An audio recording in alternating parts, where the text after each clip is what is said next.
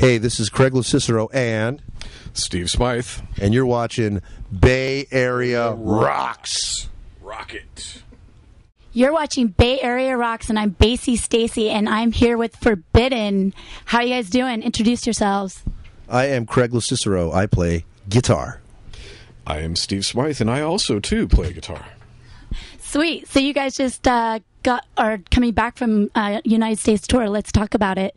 Yeah, we started with Overkill about a month and a half ago almost, and from the onset, it was really cool. We could tell that there was obviously a lot of fans on the East Coast that were pissed off that we didn't play any of our reunion shows, but we made it all the way back, and you could see where there's dips in the economy, where people are really hurting. You could really take a test of like the economic climate, and watch it kind of go up and down and up and down, but.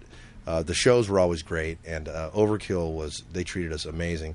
But at about halfway point, we broke off and started headlining, and some of those shows went really good, and some of them, like I said, you could see the economic situation, like places like Detroit, especially. There was where am I thinking, like Kentucky, it's just the way of the world. So it was kind of an eye-opening and enlightening tour for us, and also obviously really cool from the standpoint of making new fans, lots of new fans, and seeing the old ones. So the new album, Omega Wave, which everybody should get, it's really, really killer. Let's talk about the new album. And actually, it's been 13 years since you guys have recorded an album, and also with now having Steve Smyth in the band. It has been a long-ass time. And it needed to be that long. People are kind of like, well, you should have been making music the whole time. And I'll be the first one to be very honest and tell you, if we had made music the whole time, it wouldn't have been that good, because we would have been, immersed in everything going on with the music industry. And we all needed a change. And we needed new blood, people that were excited about it again and wanted to be a part of, the whole thing. And Steve is a huge part of that. He was a student of the band. He's a great player as well, but I mean, there's a mutual respect there that needed to that merged things together. Mark was a huge part of it, and him and I sitting together writing this thing. All the skeletons kind of came together like that, and then we needed the time once we committed to writing it, which wasn't until the end of 2008, to work together. And Steve living in London, which he'll tell you about in a second, is a huge factor, and him and I used Skype. Mm-hmm. Skype should endorse us right now, because this record was brought to you via Skype for a lot of it, and a lot of ideas he'd send to me, or I'd send him something, and then he'd have an idea, and we'd show it back and forth. I'd bring it in, and Mark and I would work on it, and Russ would say, yes, no, yes, no, and that's how it pretty much happened until the very day that we went in and recorded, Yeah, there was a lot of that going on. I mean, it was like a once a week, twice a week kind of thing with me and Craig for months, just trying to get everything out that I had and that he had, and twist it back and forth, and just kind of throw riffs around and whatnot, and just really get everything worked out quite a bit. And it was definitely different. This is the first record I've actually done this way. It's not the first like thing I've actually done this way, but it's the first record. And being in this band kind of long distances has been a real test of sorts. But I think we've pulled it off. So it can only get better from here. Yeah, I agree. It's only going to get better from here. We just survived. You're sitting in a bus and you're like, survive? What do you mean survive? But this reality always creeps into the picture. And as a band, we all got along great. So it was just a matter of like acclimating with this, like I said, the situation, everything out there. But as far as the record goes, and a lot of people got to understand the reason why it took so long or to even get involved in this thing. But it was a situation where the inspiration needed to be struck. For one, for me, I really needed to be struck with inspiration, and I took a lot out of the social situation in the world and the political and just all that stuff. And so we pulled all these resources together, and Russ and I worked super hard on those lyrics over that time too. And probably the last 3 months before we recorded, we really researched the hell out of everything we were talking about. And so we took our time, and in the end, I think everybody not being all in the room together helped, because then it became easier to focus after I get his information, Russ's and Matt's, and I could just go in there, Mark, and arrange it, and then we'd send it back, and everyone's like, hey, that's cool. because it's different. You know, when you got 5 metal dudes in one room trying to all write an equation at one time, everyone gets like, there's frustration. We didn't have that, so there's something to be said for this and the way it worked. It actually worked out well. Great. Let's talk about the metal cruise that you guys are going to be playing pretty soon. What bands are you playing with on the cruise, and are you excited to play a cruise ship? I would need a list to see all the bands we're playing with. They haven't even announced some of them, and I've heard there's some pretty big ones yet to be announced. We need a lot of time to be able to see a lot of these bands, man. It's going to be insane. Do you know what time you're playing? No. We know nothing, actually. We're Schultz. We're like totally Schultz from Hogan's Heroes. We know nothing. And we don't, we're not going to ask until we, you know, I mean, after the new year, I really start caring about that cruise. I'm looking forward to it. It's going to be fun. It's going to be uncharted waters, pun intended. No one's ever done anything this big, ever, with metal. And, you know, it could be great, or it could be like the SS Minnow. I don't really know. I'm sure it's going to be pretty good. Cool. So with the history of Forbidden, from like, you know, you guys have been playing since like 1985, and Rob Flynn was in the band back then. How do you feel that you guys have progressed as a band, and also how has the music grown? Evolved. Evolving would be the word, definitely. But if you go back that far, I mean, when we had Rob, we were a cover band to start with, and you know, he and I were friends in high school, and he went to a school just like a couple miles down the road, and we'd go hang out and listen to music together, and it was the very beginning of the whole scene. So we went to Ruthie's for the first time together. We went to Mabuhay Gardens. We kind of watched it. We didn't really know what we wanted to do, but Rob and I kind of came from a different mindset. You know, he was more into trying to be more like hardcore and punk, and I was definitely way metal, you know. And having Russ as a singer, Russ and I we just related on that level. And Rob was writing fantastic shit for us. You know, he actually helped write songs like Forbidden Evil and Chalice of Blood. And those, you know, those are 2 classics. So, you know, that whole experience was really good. And then when he left to join Violence, that gave everyone a kick in their ass.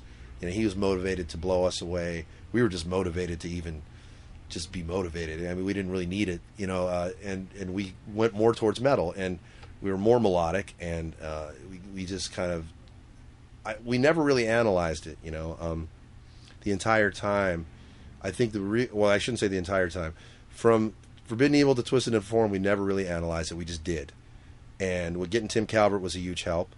He was more like us, a little more metal, you know, at that time. You know, Glenn was a fantastic player, but he came from a rock and roll school at that time. And a lot of people don't know that, and there's nothing bad about that. That's just, he was into shredders, period. Until he got into Forbidden Evil, and then he was like, "Oh wow, King Diamond, Metallica," you know. He started grabbing these things. But anyway, but the chemistry wasn't as good with him, honestly. And from that period, when we got Tim in the band, you know, that's when the industry took a dump, and everybody wants to blame the grunge thing. But I say the music sucked back then.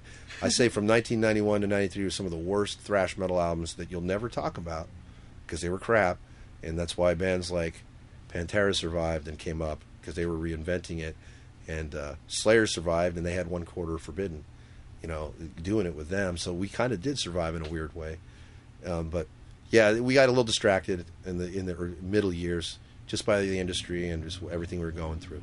So that's why we needed to shut it down after Green. We were all mad, and we got it all out, and it was like therapy, and it was anger. It was great anger record, but some of the fans, they had no idea what the hell we were doing with that record, and to this day, you know, people caught on to it late, and they really like it more now than they did back then. And a lot of the big bands use it as an influence, like Lamb of God and Slipknot. They're like, "Oh yeah, Green's killer," but the fans are like it's not what you used to be. So I got to agree, it wasn't. So that's why Omega Waves is what we used to be, and that much more. And it also spans the Distortion and Green eras with more focus. So we're much more focused, much more melodic than we ever were, and more aggressive than we ever were, all at one time now. And it's clarity. That's all it is. What's your favorite song on the album that you play live? Wow. From the album, okay. I would say Forsaken at the Gates. Definitely, that's a personal fave. It's high energy. It's got a lot of just kick ass, like from the moment it comes out the gate till the second it ends. it doesn't let up. It's like a steamroller of just power, definitely, big time. Out of the songs we play live, I mean, we're only playing 3 right now. We're going to change that. We're going to start adding a lot more as we go along. But the public's not all that familiar, so we're kind of keeping it back. But right now, I really love playing Omega Wave, and we play all 3, and I like them equally. It's Forsaken, Omega Wave, and Adapt or Die. We've been playing those. Those win every night. They fit in perfect. They actually got a little more energy than some of the older stuff right now. And this, it's just maybe it's because we're just playing it that much more fire, but. We're going to add Dragging My Casket. We're going to add Hypnosis. Yeah, we're going to add these songs as we go along. The Overthrow, we're going to do that. I mean, we didn't get a chance to even rehearse Overthrow. We would have busted that out tonight with Chuck and Zed, but it didn't happen because there's no time on the road to ever do the sound check the way we wanted to and work on it. So eventually we'll have those guys come up and do that at a big home show. Hopefully it's somewhere like the Fillmore or the Warfield, as we go along. But that's just the dream. Are you ever going to move back to the Bay Area, Steve? That remains to be seen. It'd be nice to move back to San Francisco if Gavin Newsom didn't make this rich man's city so much, because so much has changed since I even left here. I mean, I've been out of here for 5 years now, and it's just like every time I come back, it's worse. I'm like, wow, this is crazy. Maybe would be the answer, but I'm not really sure. We're quite happy where we are now. It's a different thing. I'm not sure how many people actually caught the news the other day. There's lots of fun going on. There's lots of angry kids trying to chop the heads off of royalty over there right now. It's great. They're crashing cars and running after Prince Charles and bring it on out here. That's the only thing that's going to wake this country up is if people having too much fun over there, man. You kidding me? Yeah, no, I can see when it gets into your backyard, it's a real threat. But honestly, that gets into the big question though. Revolution is the only solution to the rut that the world is in general. If you don't abolish corporations, you can forget about it. And who's going to do that unless some heads do start rolling? So you know what? They're going to come after me if they hear me say that. And it's just the way we are now. It should not be televised. And don't let the revolution be televised. That's right. Although there's going to be an iPhone catching it. It'll be on YouTube.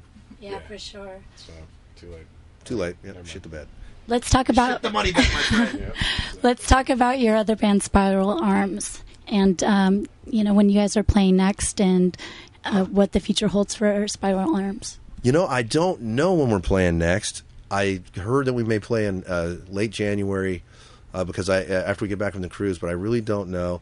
And the future is that as Forbidden goes, Spiral kind of has to revolve around that, and they're all very understanding of this, and they support it now. We got a combination of guys that are like, they know that Craig needs to do this. This is really important, and it helps Spiral too. In the end, it does.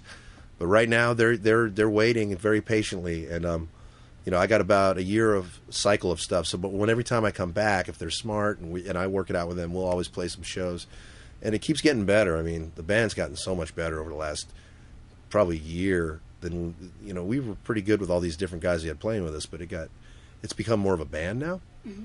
But my priority really is Forbidden right now, and it has to be because there's no pulling back. We got an album to support, and Spiral's going to just keep on chopping away and recording, and we're cool being underground too. I've had a taste of the major label success supposedly, and it's not all that successful. It's a more of a meat grinder, and failure is like anything less than 1 million records. So personally, I'm cool being underground, man. I like playing with those guys, and it's fun. Speaking of records, you just came out with 3 records in 1 year. How did you do that? Well, it took a long time, and it wasn't all at once. Even the whole time I was writing the Forbidden record in 2009, in between that I was recording the Spiral record, and I relinquished a lot of what I used to do for writing, and Spiral has really been Tim. Really just being just this lightning rod of crazy amount of creativity. So I just add to it, so that helps. So I don't have to worry about all that as much, and I just love adding to what he does. That's the new version of the band, which seems more focused. And as far as Demonico, I just played my guitar parts, man. I didn't really do anything besides play my parts, and then we went to Europe and did some shows this year. But it was really most of my focus for the year was writing the Forbidden record and getting together with Mark 2-3 times a week. Working with him. There was a couple weeks we didn't get together. For the most part, we were working. It was a crazy year. My friend, my friend Eddie, who's like my best buddy, he said, "Dude, when 2010 comes around, at some point you need to put your feet up and say you did it." And I haven't had a chance because I've been too fucking busy. Yeah, because you have to promote now. Yeah, but the priority is Forbidden, and it has to be. And Demonica is a really cool band, but that's Hank's baby, and even he understands that what I got to do. They're all supportive. This Forbidden record is very vital, and they all know it, so no one's arguing or holding their head down, or at least not to me. They understand.